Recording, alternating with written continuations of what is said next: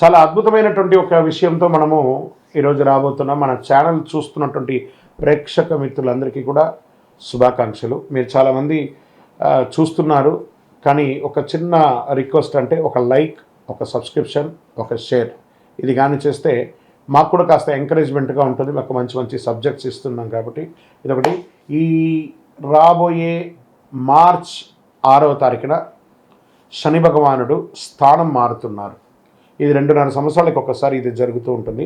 అద్భుతమైనటువంటి దీన్ని తమిళ భాషలో శని పయర్చి అంటారు, మనం తెలుగులో శని గమన మార్గం మారుతున్నారు అనే దాన్ని చెప్పడం జరుగుతుంది. తిరునల్లార్ అనే ఒక క్షేత్రం ఉంటుంది తమిళనాడులో.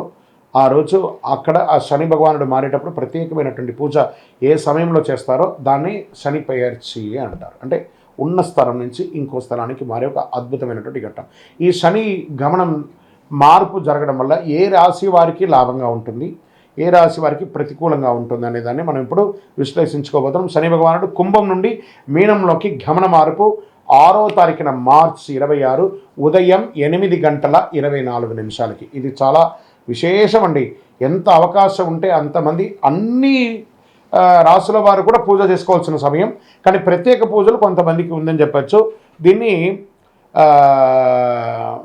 ఏ రాశి వారికి ఆ శని భగవానుడు యోగాన్ని ఇస్తున్నాడు ఆ శని గమనంలో అని అంటే, శని లగ్నంలో ప్రవేశం, జీవన దిశలో గంభీర మార్పు. ఎవరికి లగ్నంలో ఉంటాడో వాళ్ళకి ఇది ఉంటుంది. మీనరాశి వారికి చాలా ఉంటుందండి.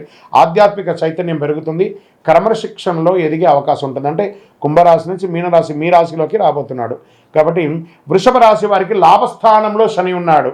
దీర్ఘకాలిక పెట్టుబడుల ఫలితం, ఆర్థిక స్థిరత్వం కూడా ఉంటుంది. తర్వాత మకర రాశి వారికి శని మీ యొక్క స్వగ్రహాధిపతి కాబట్టి శ్రమకు ప్రతిఫలం ఉంటుంది. ఉద్యోగం, పదోన్నతి అవకాశాలు చాలా ఉన్నాయి. విదేశీయ గమనం కూడా ఉంటుంది. ఎవరు జాగ్రత్తగా ఉండాలి, ఏ రాశి వారు జాగ్రత్తగా ఉండాలి అంటే మిథున రాశి వారు కర్మస్థానంలో ఒత్తిడి, ఉద్యోగంలో బాధ్యతలు పెరుగుతాయి, జాగ్రత్తల నిర్ణయాలు, అసాంఘిక కార్యక్రమాలు పాల్గొనకూడదు.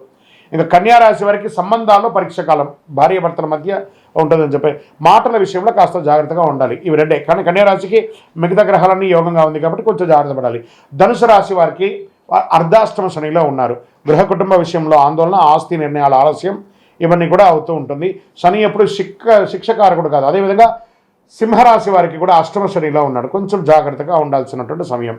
ఈ ప్రకృతి విపత్తులు కూడా వచ్చే అవకాశాలు ఈ శని గమనం ద్వారా కూడా ఉందండి. కొండ ప్రాంతాల్లో భారీ వర్షాలు, కొండ చర్యలు కింద పడడము, చిన్న చిన్న భూకంపాలు లాంటి రావడము, జల ప్రళయం అనేది కనబడుతుంది. తీర ప్రాంతాల్లో సముద్ర ప్రభావం ఎక్కువ ఉంటుందని కూడా చెప్పడం జరుగుతుంది. వరదల వల్ల వ్యవసాయానికి మిశ్రమ ఫలితం ఉంటుందని కూడా ఈ శని యొక్క మార్పు వల్ల ఉంటుందని కూడా చెప్పచ్చు. జలతత్వం శని గమనంలో ప్రకృతి శక్తులన్నీ కూడా అధికంగా ప్రేరేపింపబడతాయి కాబట్టి జాగ్రత్తగా ఉండాలి. శని భగవానుడు శత్రువు కాదు, మన కర్మ ప్రతిబింబమే శని భగవానుడు. కాబట్టి ఆ శని గమనాన్ని ఆ రోజు మార్చ్ 6వ తారీఖున ప్రతి ఒక్కళ్ళు దేవాలయానికి వెళ్ళి ఒక 19 ప్రదక్షిణాలు చేయండి. కాకధ్వజాయ విద్మహే ఖడ్గహస్తాయ ధీమహి తన్నః ప్రచోదయాత్. నీలాంజన సమాభాసం రవిపుత్రం యమాగ్రజం ఛాయామార్తాండ సంభూతం తన్నమామి శనైశ్వరం. ఈ యొక్క మంత్రాన్ని ఎప్పుడు కూడా మీరు పారాయణం చేస్తూ ఉండండి. చాలా అద్భుతమైనటువంటి ఫలితాలని పొందుతారు. ఇంకను మీ యొక్క వ్యక్తిగత జాతకం కోసం మా నంబర్ ఉంది చూసారా, ఆ నంబర్కి మీ యొక్క పేరు, date of birth, time of birth, place of birth చేసుకొని మా అపాయింట్మెంట్ కూడా మీరు ఫిక్స్ చేసుకొని మీ యొక్క వ్యక్తిగత జాతకం కూడా మీరు తెలుసుకోవచ్చు.